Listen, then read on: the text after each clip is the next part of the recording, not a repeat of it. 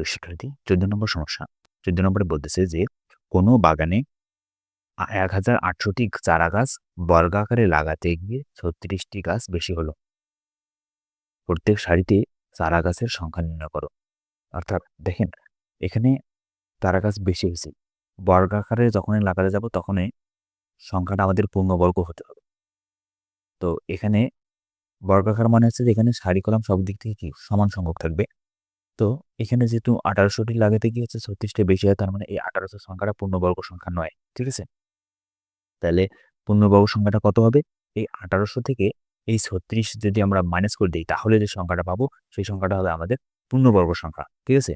আর ওই পূর্ণবর্গ সংখ্যাটা যদি আমরা বর্গমূল নির্ণয় করি, তাহলে যেটা উত্তর বের হবে ওটাই হবে আমাদের চারাগাছের সংখ্যা। ওকে? তো এইজন্য আমাদের ১ম এই যে কাজটা করতে হবে, এই যে ১৮০০ থেকে মাইনাস করে দিতে হবে ৩৬।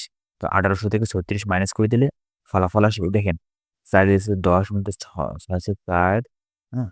হাতে ১, ৩ এর আগে ৪, ৪ এর চেয়ে ১০ মধ্যে ৬, আচ্ছা ৬ হাতে ১, তাহলে হচ্ছে যে এখানে ৭, এখানে ১, তার মানে হচ্ছে ১৭৬৪। তার মানে পূর্ণবর্গ ১৭০০ সংখ্যাটা হচ্ছে ১৭৬৪, অর্থাৎ ওই বাগানে যে ১৭৬৪টি চারা গাছ লাগানো হয়েছে এগুলো হচ্ছে বর্গাকারে। ওকে? এখন আমাদের প্রত্যেক সারিতে কয়টা করে চারা গাছ আছে বা লাগানো হচ্ছে এটা বের করার জন্য এই যে ১৭৬৪ এই সংখ্যাটা আমাদের বর্গমূল বের করতে হবে। তো বর্গমূল বের করার প্রসেস আমরা জানি যে কি করতে হবে আমাদের ডান দিক থেকে ইয়ে করতে হবে। তাহলে ডান দিক থেকে আমরা আগে ইয়েটা করে নেই। হ্যাঁ। তাহলে এখানে কাছাকাছি সংখ্যা আছে কত? ১৬। এখানে আমরা ৪ নিতে পারি। তাহলে ৪ চোক ১৬। ওকে? তাহলে ১, এখানে ৬, ৪, ৬৪, তাহলে ৪ এর ডাবল হচ্ছে আ ৮, আর এখানে যদি আমরা ২ নেই তাহলে হচ্ছে যে ২ দ্বিগুণে ৪, ৮ দ্বিগুণে ১৬ মিলে গেল।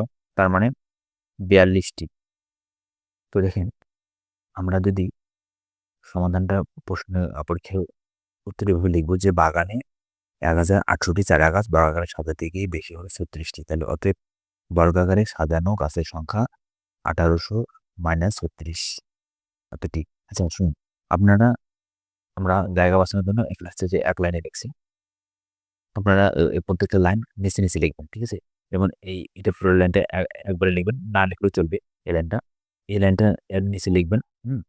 তারপরে ১৮৩৬ বাদ দিলে আছে যে ১৭৬৪ এটা সমান দিয়ে এখানে লিখবেন এর নিচে। তাহলে জিনিসটা সুন্দর দেখাবে, হ্যাঁ? তারপরে এই লাইনটাও নিচে লিখবেন যে প্রত্যেক সারিতে চারা গাছের সংখ্যা হবে ১৭৬৪ এর বর্গমূল। ঠিক আছে? ওকে। তাহলে এখন আমরা যদি বর্গমূল নির্ণয় করি ১৭৬৪, যেটা আমরা দেখলাম একটু আগে। তাহলে এখান থেকে আমরা কত পাচ্ছি ফলাফল? ৪২। তার মানে প্রত্যেক সারিতে গাছের সংখ্যা হবে ৪২টি। এটা হচ্ছে আমাদের উত্তর। ওকে? ৪২টি। এবার আসেন আমরা এই অঙ্কের আলোকে একটা হোমওয়ার্ক দেখেন। এখানে বলতেছে যে একটি নার্সারিতে ১২৫০টি গোলাপের চারা বর্গাকারে লাগাতে গিয়ে দেখা গেল ২৫টি চারা অতিরিক্ত থাকে। তাহলে প্রত্যেক সারিতে চারা গাছের সংখ্যা নির্ণয় করো।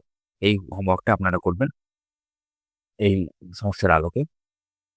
হোমওয়ার্ক করা শেষ হলে আমাদের ফেসবুক গ্রুপে জমা দিবেন। গ্রুপে ডিসক্রিপশন বক্সে, এই ভিডিও ডিসক্রিপশন বক্সে লিংক দেওয়া আছে গ্রুপে।